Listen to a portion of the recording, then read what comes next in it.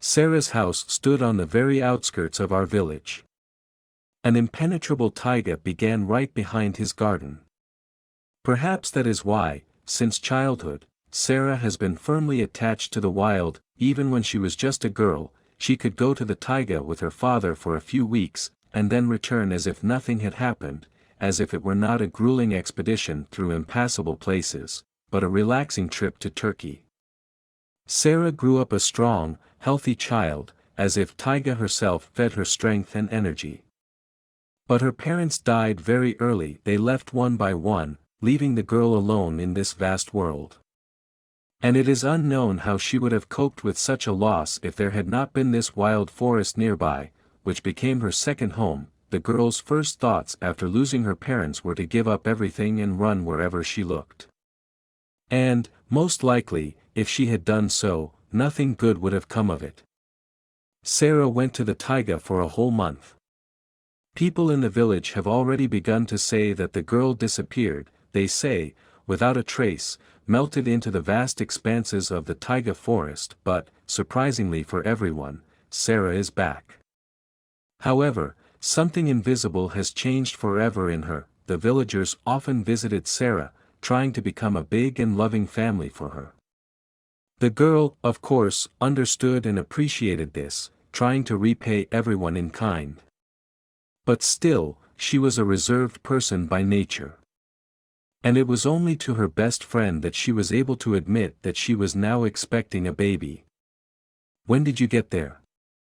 Lisa threw up her hands. "There aren't any suitors in the village, either. Where does the child come from? Do you remember when I went to the taiga for a month?" Lisa asked, smiling. "So, I came across a camp of geologists there. She lived with them, she cooked food, kept house, and tried to hide from the thoughts of her dark ones. That's where I got to know the topic." The girl smiled involuntarily and stroked her slightly rounded belly.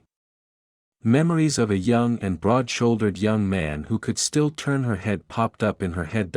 And he knows. Lisa broke the blissful memory by nodding at her friend's stomach. Sarah shook her head. "Yes, I only realized it myself recently. And their camp has already left." The girl's voice trembled imperceptibly. "He asked me to come with him, but I couldn't. I couldn't leave my whole life here, even though I wanted to run away myself.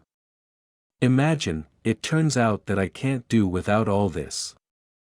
It turns out that the word homeland is not an empty word for me." "Come on, but how are you alone with the kids now, huh?" Lisa persisted again. "Am I alone?" Sarah laughed. "I have you. Stepanik, Viktorovna, the whole village is trying to take care of me. Are we really going to disappear? Are we really going to disappear?" With these words, the girls joyfully hugged, trying to support each other. Soon Sarah became a mother. A wonderful healthy girl was born, whose name was given to Julia. Sarah was indeed not left without attention and care.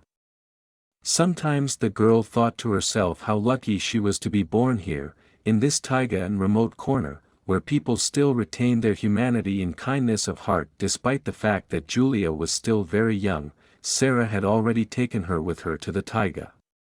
At first, these were small walks so that the child would get used to the taiga sounds and aromas from an early age.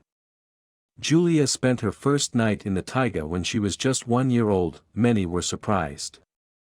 "What are you doing, Mom? Is it possible for a child to be in the taiga? Won't you ruin it?" To which Sarah always replied, "Yes, I grew up in the taiga myself. Why is my daughter worse? And taiga, she only gives strength and health to people, to those who understand her correctly." This time, Sarah and Julia also traveled through the taiga. The girl tried to show her daughter all the beauties and secrets of this place. Suddenly, they heard someone's plaintive howl. These moans were filled with such pain that Sarah's heart was squeezed by the suffering of this unfortunate creature, and she had no choice but to try to help. Many, of course, would call Sarah's act reckless and irresponsible, but she couldn't do anything else. Hurrying to the moans, the girls suddenly came across a she-wolf sprawled under the spruce. So, who is suffering here? She thought to herself. The wolf raised her head at her, but soon leaned back again, howling long, apparently anticipating her imminent end. Sarah, unbuckling the slink, sat the girl down under a fir tree, and she went up to the she-wolf. It hurts you, honey. I see you're trying to be a mom too. It's hard, I know for myself. And let me try to help you. She crouched down next to the wolf and gently put her hand on her gray side. The wolf looked at the man, but apparently, in this state, she didn't care anymore. Sarah was born and raised in the village all her life. Of course, more than once she saw how a new life appeared. Once she and her father helped little goats to be born. But still, she was terribly worried and afraid of not being able to cope. Sarah spent almost an hour near the she-wolf, taking 4 cubs one by one. And Julia, all this time, obediently sat near the tree, watching this rescue operation and trying not to distract her mother in vain, but that's it. Sarah exhaled with satisfaction, watching as the exhausted wolf began to lick her still wet puppies. Now everything depends only on you. And the wolf looked at her intently, as if trying to express her wolfish appreciation with her gaze. And the girl laughed. It's time for us. We should have been home a long time ago, to stay with God. And, picking up Julia in her arms, Sarah said goodbye to her new acquaintances. It has been almost 2 years since this incident. Now Julia no longer needed slings and strollers. Her frisky legs obediently carried her around the neighborhood all day, not knowing if they were tired. My daughter has completely adopted her mother's love for the taiga and nature. And how could it be otherwise, if her whole tiny life took place right here, in these untouched places? Julia, don't run far away. The mother called out to her restless child. Remember, there are hungry wolves here, they will drag you away, but what will I do alone? The girl, after listening to her mother, returned to her and took her hand.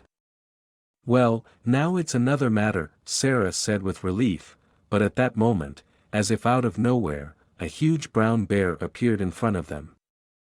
I don't know what the woman and the child did to annoy the club-footed owner, but only he got up on his hind legs and moved towards people, not promising them anything good. Sarah grabbed her daughter in her arms and hugged her.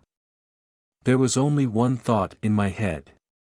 How to escape from this monster. After all, it is impossible to escape or hide from him. Sarah knew that very well. Did they really have no chance of escape at all? But then, out of nowhere, a large gray wolf jumped out and, without warning, grabbed the bear's paw from behind, forcing him to the ground. The bear roared in pain and rage, instantly turning on the enemy who appeared from nowhere. Who was the fool who dared to challenge him? After all, one blow from his mighty paw is enough to knock the life out of him. The bear rushed at the enemy, but then 4 more young wolves appeared from the bushes one after another. They began to grin and surround Kosalapov, depriving him of room for maneuver and forcing him to spray his forces on each of them. Sarah's heart sank with fear as she watched the bear and wolves fight. The bear quickly realized that he could not stand alone against an entire wolf pack. And having improved the moment, he rushed back into the thicket, forcing the hot blood of the young wolves to chase the disgraced owner of the taiga. And only the largest and oldest wolf lingered for a moment, looking at Sarah as intently as she had 2 years ago, and the girl immediately remembered that look and understood everything. She realized that everything in this world is coming back, and the good will definitely come back, and it doesn't even matter who you once did it to.